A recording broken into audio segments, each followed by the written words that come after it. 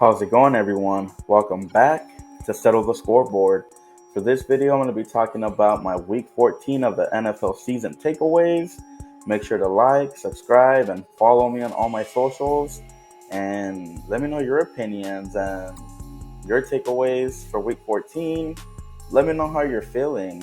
Maybe nobody cares, but I do, because I love you. Make sure you slide in my DMs and just let me know. So I'm not going to be talking about every game because I want to give your ears a break from my unnecessarily sexual man voice. But I'm going to be doing my key takeaways and talk about the games that really mattered or just things that I saw. My key takeaways. So first, I start off with the Rams. The Rams win over the Raiders. Baker Mayfield was just being born, and then he flew to LA to play with the Rams. Like, he might be the savior for this team, and he might have this team trending up. It might be too late for them, but at least they really get to see what they have in Baker and see if they want to keep him long term, or if they just want to use him as a backup, or just, who knows. I think he looked pretty good, honestly.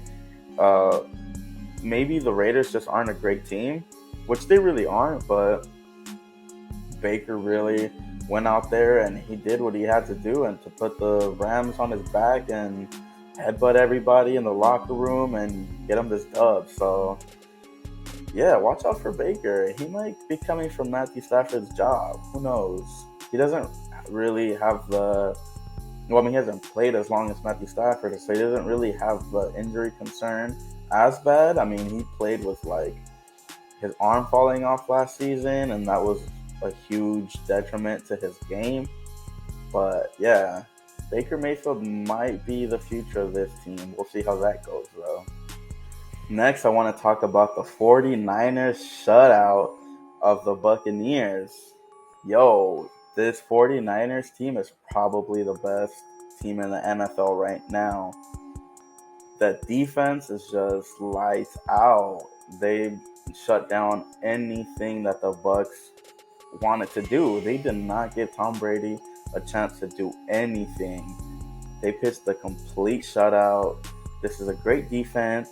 And on offense, yo, you really thought that without Jimmy G, this team was going to fall off?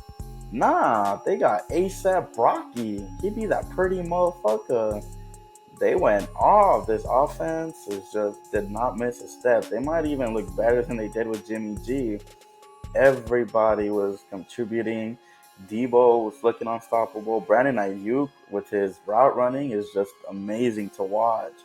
I think he's kind of underrated, honestly. More people need to be talking about Brandon Ayuk. Christian McCaffrey went off as he usually does. Completely just dominated the Bucs. So much so that they had to switch the game to Seattle versus Carolina, and that's never a good thing. Tom Brady just looked defeated out there. He might be questioning retirement now. He might actually want to retire now because this 49ers defense just did not let him do anything. It kind of sucks that the Niners ended up losing one of their corners in the game, but it's a small price you pay for playing a complete shutout game against the Bucs. So yeah, Niners, probably the best team in the NFL. Shout out to them. Next, I want to talk about the Jags versus Titans game. The Jacksonville Jaguars have arrived. Trevor Lawrence has arrived. This is the Trevor Lawrence we all wanted to see. This is the number one overall pick, Trevor Lawrence. He's just like, man, I have no words for that. He just put this whole team on his back. And that's kind of what I was saying in my past video, is that Doug Peterson is going to get that out of him. He's going to push Trevor Lawrence to be the best quarterback he could be. He's going to make him play aggressive. And that's kind of what Trevor Lawrence needs, is to just get that confidence, be aggressive. Who cares if you throw an interception or two? You just got to, it's all part of the process, you know? And now the Jags might be coming for the Titans in that for that division crown because the Titans have not been looking good. It just we all knew that they're kind of nothing without Derrick Henry, but in this game you saw Derrick Henry was still a force and he was still going out there and doing his thing. But the Jags did not care. They just went back out there and kept scoring. And then the Titans, in doing so, couldn't go out there and keep up with them because all they have is that running game. They really don't have anything else on offense. So yeah, the Jags, they might be they might be coming for the Titans title. I think they're a serious threat to make the playoffs, honestly. They just gotta keep playing the way they played this game, keep Trevor Lawrence aggressive, keep him throwing the ball, keep him just confident because that's what he needs. He needs to just stay confident and, you know, block out the noise. He's the number one overall pick for a reason. So I kind of just want to brag because I called the Panthers winning the Seahawks, and it's crazy that the Panthers actually look better without Christian McCaffrey. They have the running game is a lot better than I thought it would be without him. They have two running backs who could just go out there and pound the ball. Honestly, they probably could have kept running some more.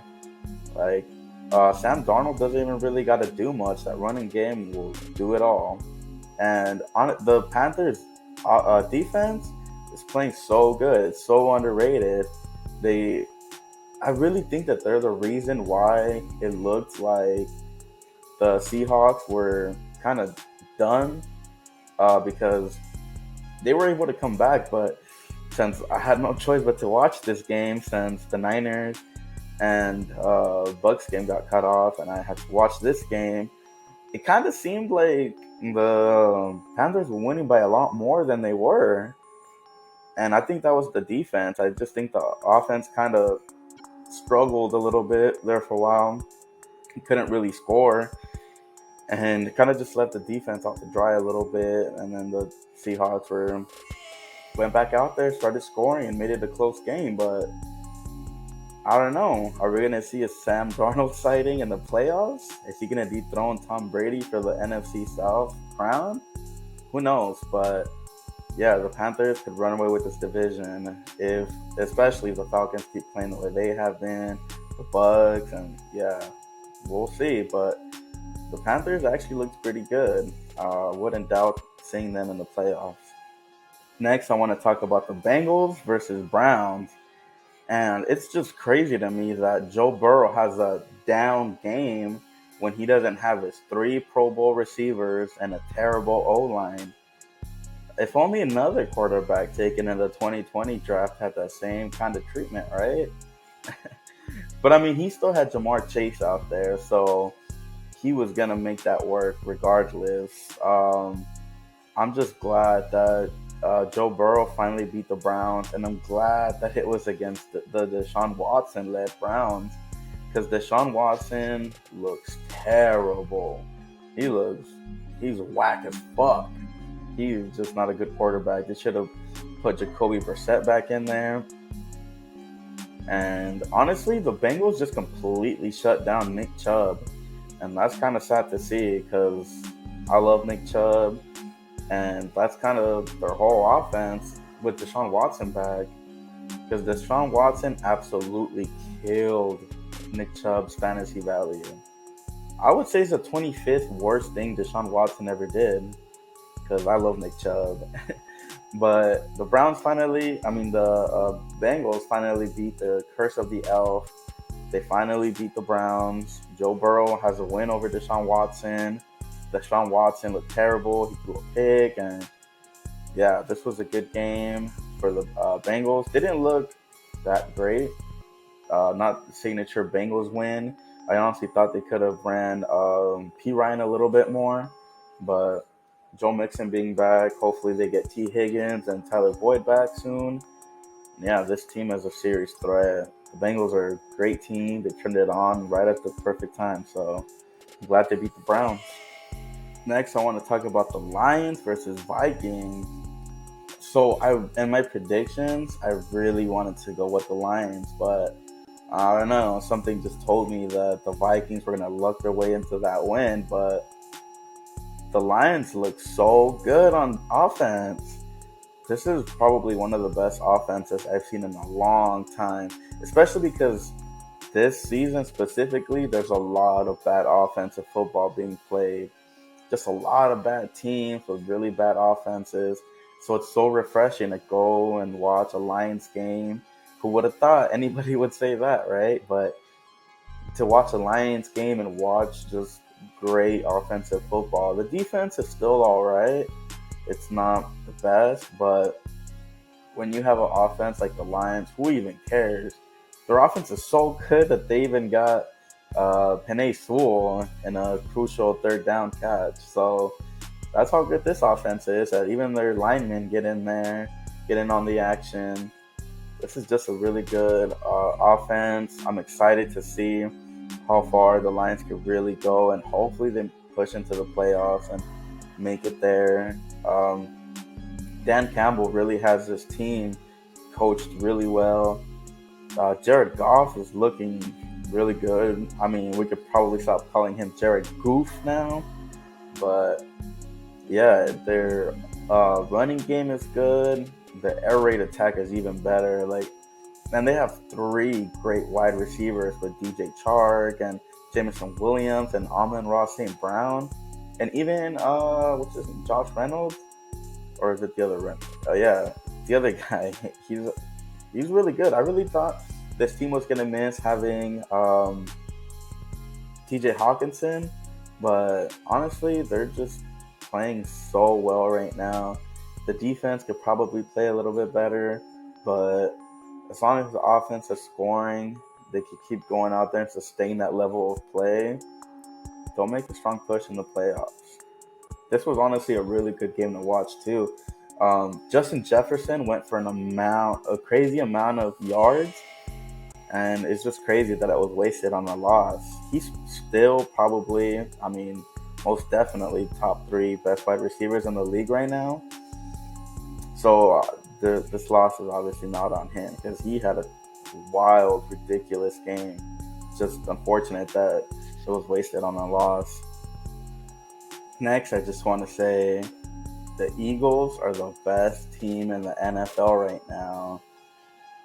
Next to the Niners, but I say that because the Niners have the better defense, but the Eagles are just a great team on all levels. Their defense is pretty solid, but on offense, they could just do it all. This was a real statement. I mean, they've been playing those statement games for the past 3 weeks where they just go up. Next, I want to talk about the Philadelphia Eagles and their dominant win over the Giants. I feel like the Eagles have been going out there and making a statement win for the past 3 weeks now. This team is the real deal. They're the best team in the NFL right now. I say that the Niners have the potential to be the best team, but right now it's the Eagles because their defense is pretty solid, but on offense, with Jalen Hurts, flat out, Jalen Hurts should be considered the MVP, honestly. It was Patrick Mahomes, but then he went out and threw a bunch of interceptions against the Broncos. And Jalen Hurts just continues to be consistent, continues to be a great passer, a great runner, and a great leader overall. He really has his team going. So the Eagles are the best team. Jalen Hurts should be the MVP. The Eagles are the best team in the NFL right now, flat out, straight up. So that's it for my NFL Week 14 takeaways. Let me know your thoughts, what you thought about the games. Make sure to tune in for my Week 15 picks and predictions. That's it for me. This is Settle the Scoreboard. I'll see you on the next one. Peace.